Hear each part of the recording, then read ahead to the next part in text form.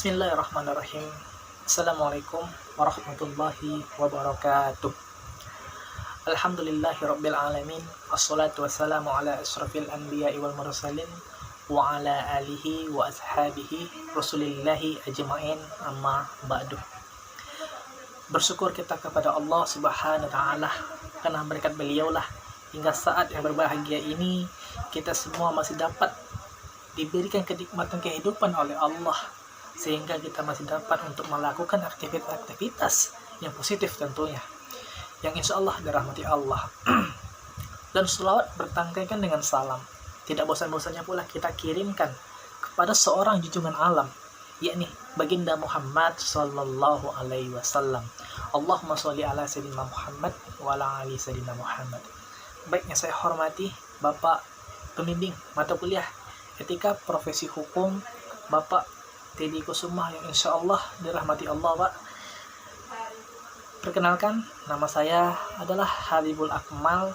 NIM saya adalah 11820211499, yang mana saya merupakan mahasiswa dari UIN Soska Riau, Fakultas Syariah dan Hukum, jurusan Hukum Ekonomi Syariah Lokal C. Yang mana tujuan saya membuat video ini adalah untuk memenuhi tugas mata kuliah Etika Profesi Hukum, yang mana semoga dengan video ini apa yang saya sampaikan dapat bermanfaat dan juga dapat diambil ilmunya. Jika terjadi kesalahannya, saya mohon maaf. Baik, inilah penjelasan dari tugas saya. Baik, di sini saya akan menjelaskan tugas dari etika profesi hukum saya. Penerapan etika profesi yang menjadi bagian dari etika sosial yang berkaitan dengan bagaimana mereka harus menjalankan profesinya secara profesional agar diterima oleh masyarakat. Dengan penerapan etika profesi, diharapkan kaum profesional bisa bekerja sebaik mungkin serta dapat mempertanggungjawabkan tugas yang dijalankan dari segi tuntutan pekerjaannya. Sekarang kita harus tahu dulu apa itu etika profesi itu. Kata etika atau etik berasal dari kata ethos.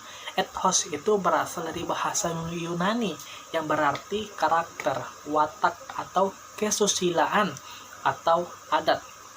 Sebagai suatu subjek, etika akan berkaitan dengan konsep yang dimiliki oleh individu ataupun kelompok untuk menilai apakah tindakan-tindakan yang telah dikerjakannya itu salah atau benar, buruk dan baik. Dan hukum itu adalah suatu peraturan yang berupa norma dan sanksi yang dibuat dengan tujuan untuk mengatur tingkah laku manusia dengan menjaga ketertiban, keadilan, mencegah terjadinya suatu kekacauan. Dan juga kita harus mengetahui profesi hukum di Indonesia meliputi semua fungsionaris utama hukum seperti hakim, jaksa, advokat, notaris, kepolisian, serta jabatan-jabatan lainnya yang bersangkutan dengan penegakan hukum. Apabila terjadi satu penyimpangan atau pelanggaran dalam kode etik, maka mereka harus rela mempertanggungjawabkan akibatnya sesuai dengan tuntutan kode etik. Dan juga kita harus mengetahui apa sih fungsi dari etika. Pada dasarnya, etika itu berfungsi sebagai pembimbing tingkah laku manusia agar bisa mencapai tujuan hidupnya. Fungsi utama etika yaitu untuk membantu kita mencari suatu semacam orientasi secara kritis dalam berhadapan dengan berbagai moralitas yang mungkin membingungkan banyak orang ya. Fungsi ini berangkat dari rumusan etika, yang mana pemikiran sistematis tentang moralitas dan dihasilkan secara langsung, bukan kebaikan, melainkan suatu pemikiran yang lebih mendasar dan juga bisa dikatakan kritis. Dan juga penerapan kode etik dalam profesi hukum itu sangat penting, karena kode etik itu dipakai sebagai pedoman oleh profesi hukum dalam melaksanakan profesinya. Dengan kode etik selalu berkaitan dengan etika dan moral suatu profesi. Salah satu bentuk ketahanan moral bagi profesi, karena di dalam kode etik profesi diatur apa yang boleh, apa yang wajib, apa yang dilarang bagi suatu profesi, terutama profesi hukum, khususnya yang berada di advokat. Dan juga kita lanjut yang kedua, itu mekanisme pelaksanaan kode etik advokat. Ya, advokat sebagai profesi yang terhormat atau officium nobile yang dalam menjalankan profesinya berada di bawah perlindungan hukum, undang-undang, kode etik, yang mana mereka memiliki kebebasan yang didasarkan kepada kehormatan, kepribadian, yang mana advokat itu harus berpegang teguh kepada kemandirian, kejujuran, kerahasiaan, keterbukaan. Dan juga advokat adalah selaku penegak hukum yang sejajar dengan instansi penegak hukum lainnya. Oleh karena itu, satu sama lainnya harus saling menghargai antara teman sejawat dan juga antara penegak hukum lainnya. Oleh karena itu, setiap advokat harus menjaga citra dan martabat kehormatan suatu profesi yang pelaksanaannya diawasi oleh Dewan Kehormatan sebagai suatu lembaga yang eksistensinya telah dan harus diakui setiap advokat tanpa melihat dari organisasi mana mereka berasal, anggota mana yang pada saat pengucapan sumpah profesinya tersirat pengakuan dan kepatuhannya terhadap kode etik advokat yang berlaku. Dengan demikian, kode etik advokat di Indonesia adalah sebagai hukum tertinggi dalam menjalankan profesi yang menjamin dan melindungi, namun membebankan kewajiban kepada setiap advokat untuk jujur dalam menjalankan profesinya, baik kepada klien, pengadilan, negara, atau masyarakat, terutama kepada dirinya sendiri. Nah, di situ dapat kita ambil suatu kesimpulan bahwasanya apabila suatu negara atau suatu daerah tidak memiliki hukum, tidak adanya hukum yang berlaku, maka itu sangat kacau. Yang mana manusia-manusia itu tidak memiliki landasan di mana dan kemana mereka akan berpatokan.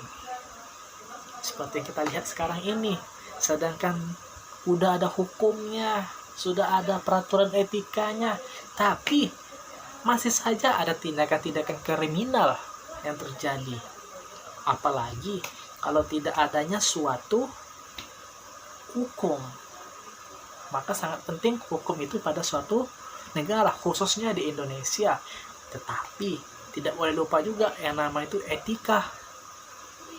Kode etik, etika itu sejalur dengan hukum. Apabila hukum itu ada, tapi kita tidak memiliki kode etik, itu sama saja. Yang mana hukum itu hanya sebagai tulisan saja, tanpa adanya praktik yang baik yang bersandarkan kepada kode etik. Maka oleh karena itu, mari sama-sama kita untuk menegakkan hukum, menegakkan kode etik hukum di Indonesia ini dengan baik. Selanjutnya soal nomor 2. Baik, saya akan melanjutkan soal nomor 2, yang mana soalnya itu bagaimana tindakan oknum polisi yang diserang dengan menggunakan senjata api. Sama-sama yang harus kita ketahui terlebih dahulu, dalam peraturan yang mengatur mengenai penggunaan senjata api oleh polisi antara lain diatur dalam Perkapolri nomor 8 tahun 2009 tentang implementasi prinsip dan standar hak asasi manusia dalam penyelenggaraan tugas kepolisian negara Republik Indonesia, yaitu Perkapolri tahun 2009 serta di dalam Perkapolri nomor 1 tahun 2009 tentang penggunaan kekuatan dalam tindakan kepolisian, yang mana pertama itu dijelaskan bahwasanya penggunaan senjata api hanya boleh digunakan bila benar-benar diperuntukkan untuk melindungi nyawa manusia.